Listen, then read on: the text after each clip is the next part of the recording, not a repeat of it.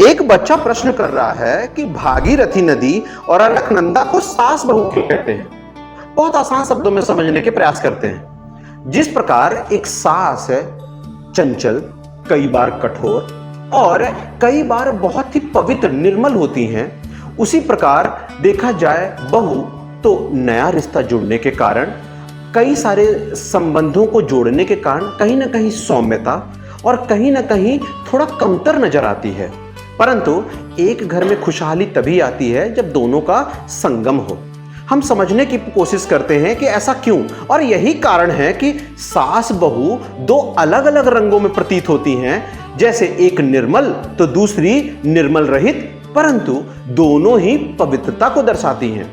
जहां भागीरथी नदी को कहा जाए तो उसका उद्गम गोमुख यानी गंगोत्री ग्लेशियर से होता है और वह भैरवगढ़ घाटी से होते हुए देवभूमि देवप्रयाग तक पहुंचती है, जो कि स्वच्छ और निर्मल पारदर्शी बनी रहती है।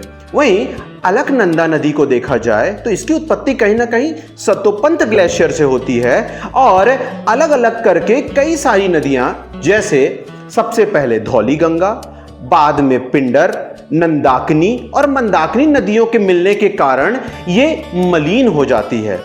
इनमें कई सारी नदियों का समावेश होता है।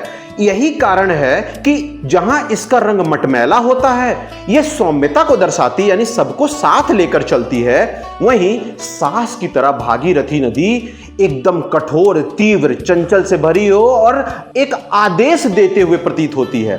परंतु जहां दोनों मिलती हैं उसे देवभूमि देवप्रयाग कहा जाता है।